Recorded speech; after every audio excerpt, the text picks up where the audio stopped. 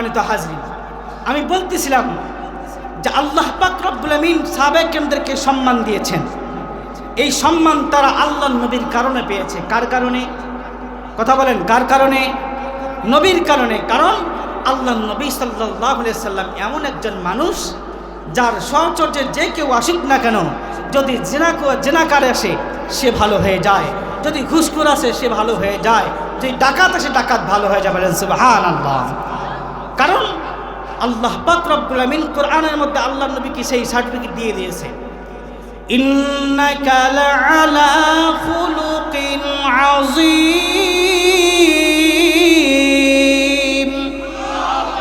আল্লাহ পাক রব্বুল, হে নবী, আপনি হলেন উত্তম চরিত্রের এক অধিকারী এক মানুষ।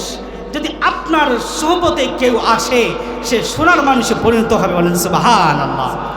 তো সাহাবায়ে কেরাম রাদিয়াল্লাহু তাআলা আনহুম সেই যুগে আল্লাহর নবীর সহচর্য থেকে সোনার মানুষে রূপান্তরিত হয়েছে। সম্মানিত হাজিরিন, কথাগুলো অন্তরের কানে শুনবেন। আল্লাহ পাক রব্বুল আলামিন কোরআনের এই আয়াতের মধ্যে সাহাবায়ে কেরামদের একটা গুণ বর্ণনা করেছেন, ওয়াল্লাযীনা মাআহু ওয়াশিদ্দাউ আলাল কুফফার। আল্লাহর নবীর সোহবতে থেকে যে সমস্ত সাহাবীরা নিজের ঈমানকে ধন্য করেছে, নিজের জীবন পরিচালনা করেছেন, এই সাহাবায়ে কেরামদের একটা গুণ ছিল আশিদ্দাউ আলাল কুফফার। তারা কুফফারদের কাফেরদের উপর কঠোর ছিল, কঠিন ছিল। কখনো কোনো কাফেরের সামনে নিজের মাথাকে নত করতো না। কোনো কাফের যদি কখনো আল্লাহর নবীকে লাঞ্ছিত করার চেষ্টা করত, কখনো যদি কোনো কাফের আল্লাহর নবীকে অপমান করার চেষ্টা করত, কখনো যদি কোনো কাফের আল্লাহর নবীকে গালিগালাজ করত, সর্বপ্রথম যারা তরবারি নিয়ে দাঁড়াইতো তারা হলেন সাহাবী। বলেন সুবহানাল্লাহ। এই জন্য আল্লাহ পাক রব্বুল আমিন তাদের একটা গুণের কথা উল্লেখ করেছেন, ওয়াল্লাযীনা মাআহু আশিদ্দাউ আলাল কুফফার। কাফেরদের একটা গুণ ছিল, তারা কাফেরদের উপর সাহাবীরা কঠোর ছিল, কঠিন ছিল। কখনো তাদের কারো সামনে মাথা নত তারা করত না। আপনারা জিজ্ঞাসা করবেন, হুজুর তাহলে কি সাহাবায়ে কেরামরা কাফেরদের উপর শুধু জুলুম নির্যাতন করেছে, কঠোর ছিল নাকি? না না না, আল্লাহর নবীর সাহাবীরা তো কঠোর ওই সময় হইতো যখন কোনো কাফের আল্লাহর নবীকে নিয়ে কটূক্তি করত, যখন কোনো কাফের আল্লাহর নবীকে গালিগালাজ করত, যখন কোনো কাফের ইসলাম ধর্ম নিয়ে কটূক্তি করত, তখনই সর্বপ্রথম সাহাবীরা কাফেরদের উপর কঠোরতা অবলম্বন করত। বলেন সুবহানাল্লাহ। আল্লাহর নবী তো সেই শিক্ষা দেয় নাই সাহাবীদেরকে যে ইহুদি দেখলেই তাদের উপর কঠোর হবে। আল্লাহর নবী তো সেই শিক্ষা দেয় নাই যে খ্রিস্টান দেখলেই তাদের উপর কঠোরতা অবলম্বন করবে। আল্লাহর নবী যে শিক্ষা দিয়েছে সেই শিক্ষায় তারা বড় হয়েছে। সম্মানিত হাজরিন, ছোট্ট একটা উপমা দিলেই বুঝতে পারবেন। একবার এক ইহুদি আল্লাহর নবীকে বিরক্ত করার জন্য, আল্লাহর নবীর উপর জুলুম করার জন্য, আল্লাহর নবীকে অত্যাচার করার জন্য নিজের বাড়ি থেকে বের হয়ে আল্লাহর নবীর দরবারে গেলেন। আল্লাহর নবীর কাছে গিয়ে বললেন, ইয়া রাসূলুল্লাহ, ও মুহাম্মদ ইবনে আব্দুল্লাহ, আমি আপনার কাছে আজকে মেহমান হতে চাই। আল্লাহর নবী বললেন, ঠিক আছে, তুমি আজকে আমার মেহমান। রাত্রি ঘনিয়ে আসলো। আল্লাহর নবী সাল্লাল্লাহু আলাইহি ওয়াসাল্লাম রাত্রিবেলা মেহমানের জন্য খানার ব্যবস্থা করলো, আপ্যায়নের ব্যবস্থা করলো। আল্লাহর নবী সাল্লাল্লাহু আলাইহি ওয়াসাল্লাম এত পরিমাণ আপ্যায়নের ব্যবস্থা করলেন যে ইহুদি সমস্ত খানা সামনে পাইয়া ইচ্ছা মতো সমস্ত খানা খেয়ে ফেলেছে। এবার রাত্রিবেলা আল্লাহর নবী তাকে গেস্ট হাউসের মধ্যে মেহমান হিসেবে রেখে দিয়েছে যে আপনি গেস্ট হাউসের মধ্যে রেস্ট করেন, সকালবেলা হলে আপনার নাস্তার ব্যবস্থা করা হবে। কিন্তু ইহুদি রাত্রিবেলা যখন বেশি খানা খাওয়ার কারণে তার পেটে ট্রাবল শুরু হয়ে গেল। এবার তার দিমাগের মধ্যে কুচিন্তা এসে গেল। সে বলল, আজকেই আমার সুযোগ, মুহাম্মদকে কষ্ট কিভাবে দেওয়া যায়। এবার ইহুদি ইচ্ছাকৃতভাবে আল্লাহর নবীর ওই বিছানা মোবারকের মধ্যে, মেহমান খানার মধ্যে ইচ্ছাকৃতভাবে পুরাটাকেই ময়লা করে ফেললো। বলেন নাউজুবিল্লাহ। পুরা মেহমান খানাকে নষ্ট করে ফেলছে। পাশে ল্যাট্রিন ছিল আর বাথরুমেও যায় নাই। বেচারার বেটা ওখানেই বাস সেরে ফেলছে কাম। এবার যখন ইহুদি যখন কাম সেরে ফেলছে, এবার সে চিন্তা করে আমি যদি এই রাত্রি থেকেই যাই আর সকালবেলা উঠি যদি আমাকে এই অবস্থায় পেয়ে যায়, কিনা জানি আমার মুহাম্মদ আমাকে কিনা গালিগালাজ করে, নাকি তার সৈন্য দিয়ে আমাকে মারপিটও করে। এই ভয়ে ইহুদি গেস্ট হাউস থেকে বের হয়ে পথ ধরেছে নিজের এলাকায় চলে যাবে।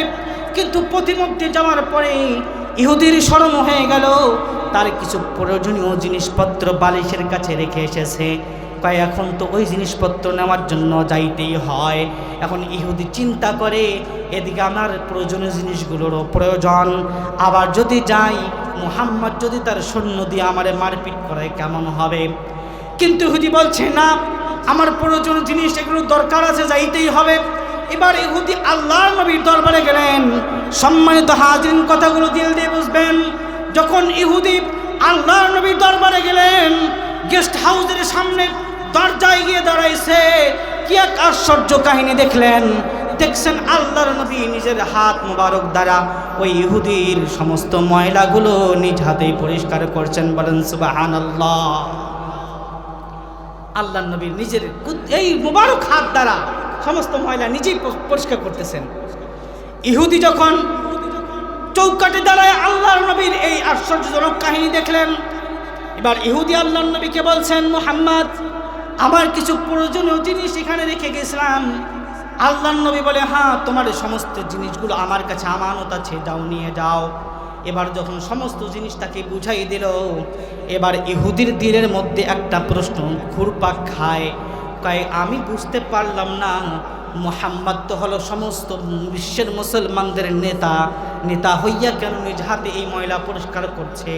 উনি যদি চাইতো একজন খাদেম বা সেবককে হুকুম করলেই তো হয়ে যেত, কিন্তু নিজ হাতে কেন পরিষ্কার করলেন? এই প্রশ্নটা জিজ্ঞেস করতেই হয়।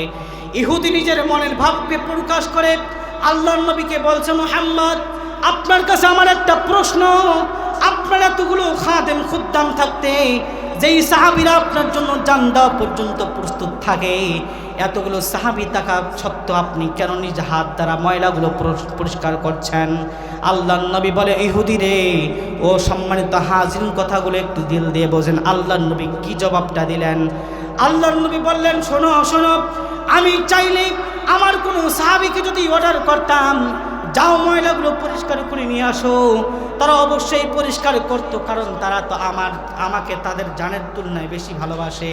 কারণ আল্লাহর নবী সাল্লাল্লাহু আলাইহি সাল্লাম হাদিসের মধ্যে বলেছেন, বুখারী শরীফের ১ম নম্বর খণ্ডের ১৫ নম্বর হাদিসের মধ্যে আল্লাহর নবী বলেন, লা ইউমিনু আহাদুকুম হাত্তা আকুনা হাব্বা ইলাইহি মিন ওয়ালিদিহি ওয়া ওয়ালাদিহি ওয়ান নাসি আজমাইন। যখন কোন মানুষের কাছে আমি নবী তার জানের তুলনায়, তার পিতার তুলনায়, তার সন্তানের তুলনায় বেশি ভালোবাসা না হবে, ততক্ষণ পর্যন্ত তার ঈমান পরিপূর্ণ হবে না। সাহাবীরা তো আমাকে পরিপূর্ণ ভালোবাসে, কিন্তু কেন আমি সাহাবীদেরকে হুকুম আর অর্ডার করলাম না? শুনে রাখো, যদি আমি কোনো সাহাবীকে অর্ডার করতাম, তাহলে ওই সাহাবী যখন তোমার ময়লাগুলো পরিষ্কার করত, তখন তারা দিমাগের মধ্যে একটা কথা চিন্তা ঘুরত, কে এই কাজটা করলো যে নবীর হুজরা মুবারকের মধ্যে সমস্ত ময়লা করে ফেলল। এই লোকটা কত বড় লাঞ্ছিত মানুষ, কত বড় খারাপ মানুষ হতে পারে।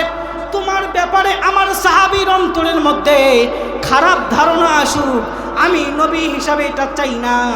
এই জন্য আমি নবী নিজ হাতে তোমার ময়লাগুলো পরিষ্কার করতে প্রস্তুত হয়ে গেছি। বলেন সুবহানাল্লাহ।